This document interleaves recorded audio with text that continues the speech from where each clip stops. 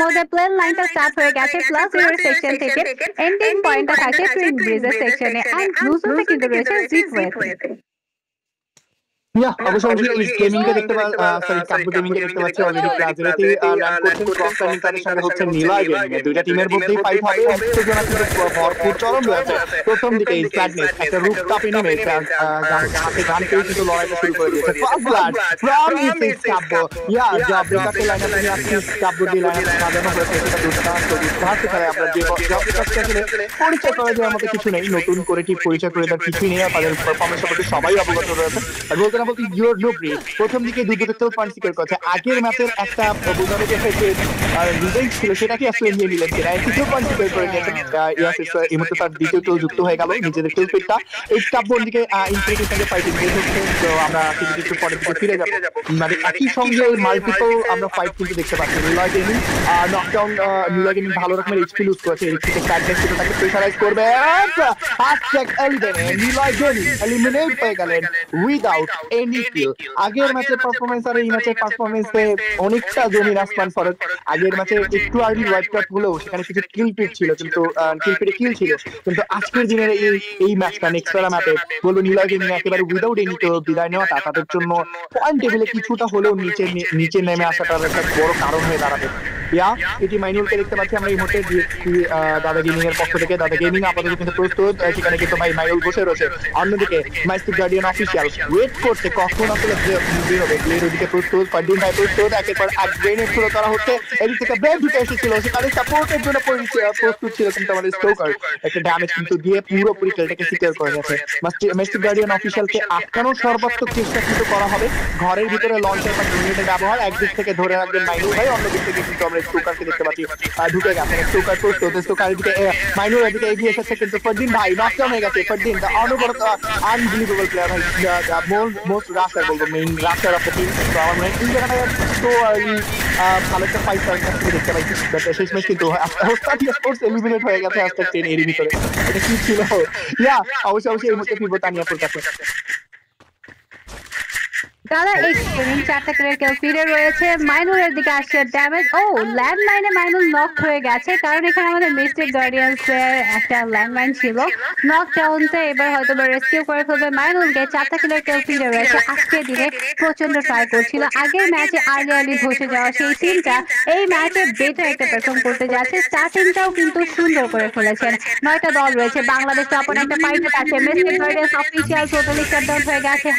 #9M and এই moment থেকে all leaders তারাও একটা ফাইটে রয়েছে ড্রাগন স্পোর্টস ভার্সেস আলিফ গেমিং ওয়াইটি তারাও কিন্তু ফাইটটা কন্টিনিউ করে যাচ্ছেন তাদের সাইড থেকে গেমিং উইথ সিয়াম ধীরে ধীরে এগিয়ে আসছে দাদা এক্স গেমিং এর দিকে এবার নিজেদের দল নিয়ে পজিশনটা কতটুকু ধরে রাখতে পারবে আমাদের এগেইনস্টে থাকা গেমিং উইথ সিয়াম অর দাদা এক্স গেমিং রাইট কমেন্ট বক্সে অনেকে দেখতে পাচ্ছিলাম একজন ভাই জিজ্ঞেস করেছে যে আপু আপনার নাম কি আমার নাম তানিয়া তনু ইয়েস কাসরা তানিয়া তনু এন্ড এখানে আমাদের সাথে ওকে একজন বলছেন যে ক্রোল গেমিং এর প্রশংসার জন্য মনে হচ্ছে সাবস্ক্রাইব করাটা সার্থক হলো ও ওয়াও ড্যাম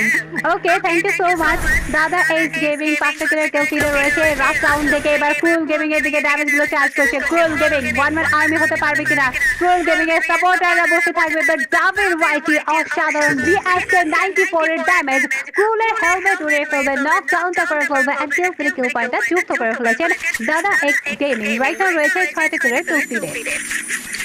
আমরা এই মুহূর্তে দাদা গেমিং দেখতে পাচ্ছি এখনো পর্যন্ত তারা কিন্তু ফাইট লাইন করেছে ওদিকে বাংলাদেশ আপমান টেনিসের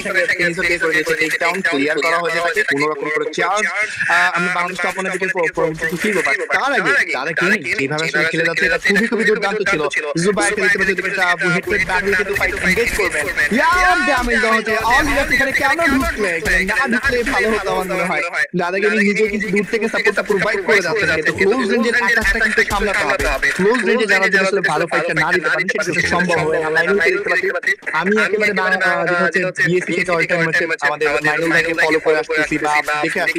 তো তখন থেকে দেখে আসি মাইনুল ভাই একটা fight but all leader eliminate হয়ে গেল সেই আমাদের দাদা গেমিং এর কাছে শেষমেশ পুরোপুরি পরাস্ত টুয়ার্ডস গো ফ্রম দাদা গেমিং এর কাছে ইয়া ইস আপনি একদিকে রয়েছে কাব্য গেমিং একদিকে বাংলাদেশ টপ আবারও কি সেই সেম টিম সেম ফাইট আমরা আবার দেখতে পারবে কিনা ইয়া অলরেডি ড্যামেজ দেওয়া হয়েছে গ্রাফিক কাছে রিকভারি করে ইয়া আমি তো ভালো রকমের ড্যামেজ কিন্তু পোস্টার মানে বলতে হবে যে পোস্টার দিচ্ছে একেবারে একেবারে শান্ত দাদা রুফটপ থেকে ফাইট, রুফটপ ভার্সেস রুফটপের একটা ফাইট কিন্তু আমরা দেখতে পাচ্ছি একেবারেই একরকম। রেকোকে ভালো রকমের ড্যামেজ কিন্তু প্রোভাইড করা হচ্ছে ওদিকে ভাই জব ব্রেকার কিছুটা প্রেসারে আছে আলটিমেটলি। রুফটপ থেকে এদিকে প্রান্ত দাদা আছেন নিচের সেক্টরে কিন্তু ভাই বাংলাদেশ টপারে আছে, 4টি প্লেয়ার 4টি আলাদা আলাদা জায়গায় ক্যাপচার করছে, যেটা আলটিমেটলি টিমের কিন্তু ভাই ভালো রকমের একটা ফাইটের বলতে হবে যে ক্লজ কিন্তু তৈরি করে দিচ্ছে। শুভ 69 ঘরের নিচে বসে আছে, শুভ ভাই ওদিকে কিন্তু আছে জব ব্রেকার থেকে দুই দিকে আছে কিন্তু এদিকে ঘিরে ধরেছেন তাকে, খুবই অন্য একটা ফাইট। শুভ 69 ড্যামেজ দেওয়ার চেষ্টা করেছেন, এদিকে এখন কিন্তু হয়তো প্রান্ত ভাইও চলে আসবে, প্রান্ত ভাই এন্ট্রি করবেন কিনা। রুফ সেকেন্ড ফ্লোরে কিন্তু প্লেয়ার রয়েছে যে বাংলাদেশ টপার ঘিরে ধরছেন ওদিকে ম্যাক্সকে, জেবি মিকো এবং স্যাডনেসকে। ইয়াস ইটস মাই জেবি কিন্তু এই মুহূর্তে ম্যান ফর লুজ আউট করবে, আর গেম এক্সটাবো এই মুহূর্তে হয়তো ম্যান ফর লুজ আউট করতে চলেছে অলমোস্ট। স্যাডনেস ভালো রকমের এইচপি লুজ করেছেন, বাট এই মুহূর্তে বাংলাদেশ টপারও কিন্তু পুরোপুরি বলবো এখনো পর্যন্ত সিকিউর আছে। এলিমিনেট ওয়াইপ আউট হয়ে গেছিলেন, রিকলটা পাচ্ছেন, গ্লোয়ালের ভিতরে প্লেয়ার রয়েছে। শুভ 69 ড্যামেজ যথেষ্ট ভালো শট গানের ব্যবহার ব্যবহার করতে দেখেছি। প্রান্ত দাদা বাইরে রয়েছে সাপোর্ট প্রোভাইড করার জন্য, ভাই একটা অ্যাটলিস্ট সামনে আছে, আবার ব্যাক হ্যান্ডে যদি সাপোর্টটা থাকে আমার মনে হয় এই থেকে ভয় পাওয়ার কোনো অপশনই নেই ভাই, কোনো কেন ভয় পাবে টিম। আমার মনে হয় এই জিনিসটাই তারা আসলে করে গেছে, এটাই আসলে দরকার ছিল, আমরা এটাই দেখতে পাচ্ছি। প্রান্ত দাদা এখনো পর্যন্ত কিন্তু কিল সিকিউর না করতে পারলেও পুরো টিমটা এখনো পর্যন্ত 10টা কিল সিকিউর করে বসে আছে, এটা দুর্দান্ত ছিল। আর ইয়েস বাংলাদেশ টপম এই মুহূর্তে হয়তো সামনের দিকে এগিয়ে যাবে, বাট ইসকাব্যকে থামানোটা তাদের জন্য খুবই দরকার ছিল। ইয়া ভাই এই মুহূর্তে এখনো পর্যন্ত বাংলাদেশ টপ এখনো পর্যন্ত 10টা কিল সিকিউর করেছে, যেখানে আলিফ ভাই 6টা কিল, শুভ ভাই 3টা কিল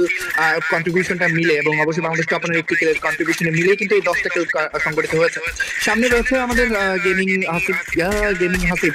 ভাই নিজেই বসে আছেন, অন্যদিকে রয়েছে অগি তার সঙ্গে যুক্ত দুজন অ্যাথলিট আছেন, বাট বাংলাদেশ টপ যদি এই মুহূর্তে সেই জায়গা প্রেসারাইজ করে আমার মনে হয় সেই জায়গাটা বাঁচার কোনো অপশন কি থাকবে কিনা আমি জানি না। আলো তো